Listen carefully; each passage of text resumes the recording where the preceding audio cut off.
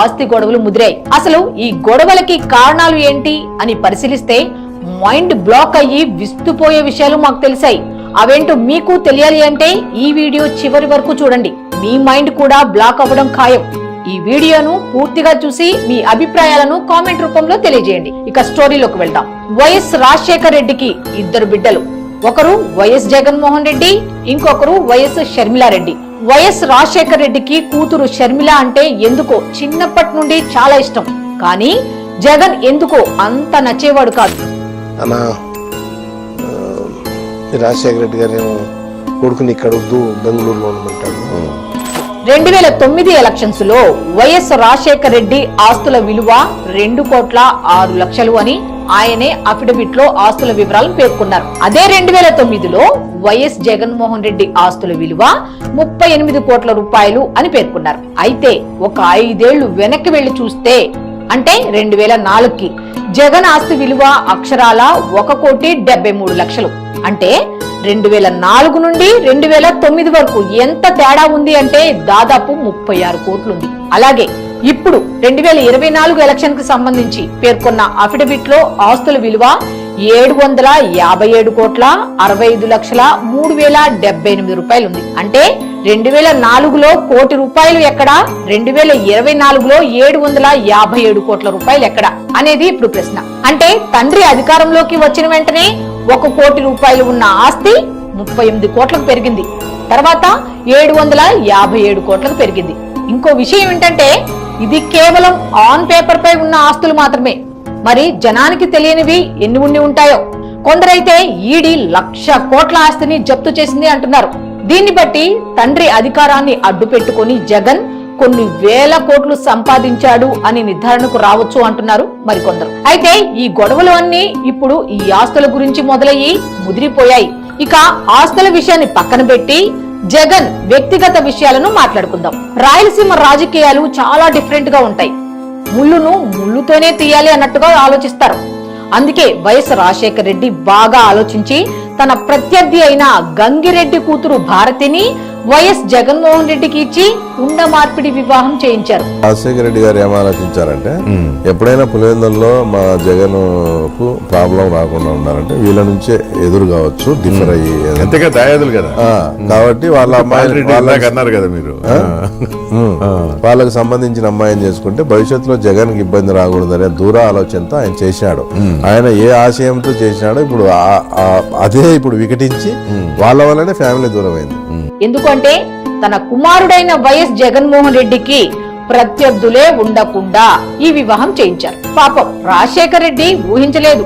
కొరివితో తలగోకుంటున్నట్టుగా తన ప్రత్యర్థినే కోడలి రూపంలో ఇంట్లోకి తెచ్చి పెట్టుకున్నాను అని. ఇంతలో ఒక చేదు వార్త, హెలికాప్టర్ ప్రమాదంలో వైఎస్ రాజశేఖర్ రెడ్డి మరణించారు అని. వైఎస్ మరణం తర్వాత జగన్ సీఎం పదవిని పొందాలని ప్రయత్నించాడు. కానీ అన్ని తెలిసిన అధినాయకత్వం దీనికి ఒప్పుకోలేదు. దీంతో జగన్ ప్లాన్ బెడిసికొట్టింది. దీంతో మరొక కొత్త వ్యూహంతో ముందుకు వచ్చాడు జగన్. అదే వైఎస్ఆర్సీపీ. సగం రాజశేఖర్ రెడ్డిని, సగం కాంగ్రెస్ ని, కాంగ్రెస్ లోని ముఖ్య నేతలను కలిపి జగన్ ఈ వైఎస్ఆర్సీపీ పార్టీని ఏర్పాటు చేశాడు. అయితే జగన్ పార్టీ పెట్టడం ఏ మాత్రం ఇష్టం లేని కాంగ్రెస్ పార్టీ అక్రమ ఆస్తుల కేసులో జగన్ ను జైల్లో పెట్టింది. 2012లో జగన్ జైలుకు వెళ్లిన తర్వాత కథలో మరో ట్విస్ట్. ఇప్పుడు రాజశేఖర్ రెడ్డి వారసురాలిగా వైఎస్ షర్మిలను రంగంలోకి దించాడు జగన్.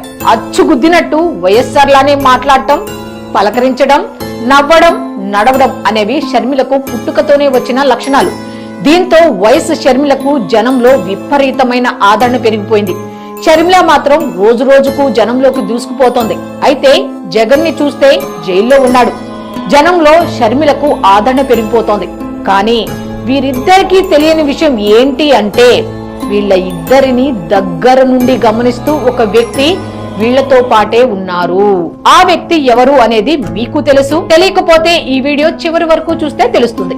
జగన్ పార్టీ వైఎస్ఆర్సీపీలోకి షర్మిల సక్సెస్ఫుల్ గా దూసుకు వెళ్లిపోయింది. అయితే జనాలు జైల్లో ఉన్న జగన్ ని మర్చిపోయి షర్మిల మాత్రమే వైఎస్ఆర్ వారసురాలు అని నమ్మడం మొదలు పెట్టారు. ఇది జైల్లో ఉన్న జగన్ కి బయట ఉన్న రెండవ వ్యక్తికి ఏ మాత్రం నచ్చలేదు. కానీ సమయం కోసం వేచి చూస్తున్నారు. ఇంతలోనే కథలో మరొక ట్విస్ట్. 2013లో జగన్ కి బెయిల్ వచ్చింది. అందరూ ఎంతో సంతోషంగా ఉన్నారు. పాపం ఆ సంతోషం ఎక్కువ కాలం ఉండనివ్వరు.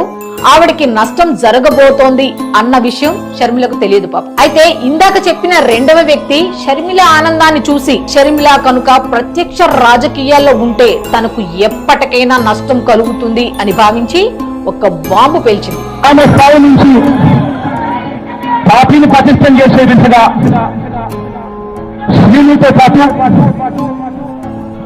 శ్రీనిని బలోపేతం చేస్తూ నా చెల్లెలు షర్మిలమ్మ కూడా బాధ్యతలు తీసుకుంటుంది. అప్పటి వరకు బాగానే ఉంది. జగన్ చెప్పినట్టు షర్మిల కూడా తెలంగాణలో వైఎస్ఆర్సీపీ తరపున పనిచేయడం మొదలుపెట్టింది.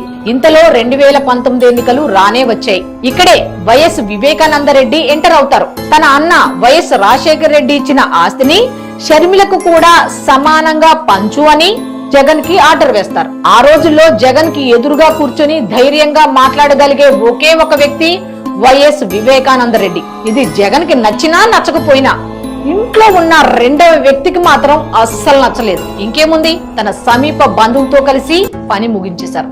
ఇప్పుడిక చిన్నప్పటి నుండి పాపా పాపా అంటూ పిలిచే జగన్ ఆమెకు కొత్తగా కనిపించడం మొదలు పెట్టాడు. తనను దూరం పెట్టడం మొదలు పెట్టాడు. ఇదంతా గమనిస్తున్న తల్లి విజయమ్మ కూతురు షర్మిలకు జరుగుతున్న అన్యాయాన్ని ప్రశ్నించలేక ఏం మాట్లాడాలో తెలియక మౌనంగా రోధిస్తోంది. కానీ కూతురుపై మమకారాన్ని చంపుకోలేక విషయం మొత్తాన్ని కూతురికి వివరించి చెప్పింది. దీంతో అసలు విషయం గమనించిన షర్మిల వివేక హత్యపై తన ఇన్వెస్టిగేషన్ మొదలుపెట్టింది. దీంతో అసలు నిజాలు షర్మిలకి తెలిసిపోయాయి. అందుకే సునీతారెడ్డితో కలిసి వివేక హత్య కేసుపై విచారణ గురించి పదే పదే అడుగుతూ వచ్చారు. ఇది ఇలా ఉంటే రాష్ట్రంలో వివేక హత్య తర్వాత మరో ఇంట్రెస్టింగ్ పాయింట్ ఒకటి జరిగింది. శివారులో వైఎస్ విజయమ్మ ప్రయాణిస్తున్న కారుకు ప్రమాదం తప్పింది. కారు 2 టైర్లు పేలడంతో ఈ ఘటన జరిగింది.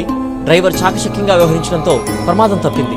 సుమారు ₹1 కోటి విలువ చేసే విజయమ్మ యొక్క కారు టైర్ సడన్ గా బ్లాస్ట్ అయ్యి పెను ప్రమాదం నుండి తప్పించుకొని ప్రాణాలతో బయటపడింది. అయితే దీనికి కారణం ఇంట్లో ఉన్న రెండవ వ్యక్తే అయి ఉంటారని పలు అనుమానాలు వ్యక్తమయ్యాయి. సో సీన్ కట్ చేస్తే షర్మిలకు ఆస్తి పంచి ఇవ్వమని ఎవ్వరు అడిగినా వాళ్ళకి ప్రమాదం పొంచి ఉంటుంది, జాగ్రత్త అంటూ వార్నింగ్ ఇచ్చినట్టయింది. అసలు ఈ స్టోరీలో అసలైన పిచ్చోళ్ళు ఎవరు ఎవరిని ఆడిస్తున్నారు, ఎవరు మోసం చేస్తున్నారు? ఒక రకంగా వైఎస్ జగన్మోహన్ రెడ్డి అనే వ్యక్తి అమాయకుడని, ఇదంతా తెరచాటు నుండి ఆ రెండవ వ్యక్తే నడిపిస్తున్నట్టుగా కొందరు అనుకుంటున్నారు. రక్త సంబంధాలు, కుటుంబ వ్యవస్థ అనే గౌరవం లేకుండా కేవలం ఆస్తుల కోసం వైఎస్ఆర్ కుటుంబంలో ఏర్పడిన ఈ విభేదాలు ఎంతవరకు దారితీస్తాయి? తర్వాత ఎవరు ప్రాణాలు కోల్పోబోతున్నారు? ఇప్పుడు ప్రస్తుతం ఆ రెండవ వ్యక్తి టార్గెట్ ఇంటి పెద్ద దిక్కేనా? ఇదంతా ఖచ్చితంగా నిజమని చెప్పలేం. ఇంటర్నెట్ లో దొరికిన పలు వీడియోల ఆధారంగా చేసిన వీడియో మాత్రమే ఇది. ఈ కథనంపై మీ అభిప్రాయాలను కామెంట్స్ రూపంలో తెలియజేయండి.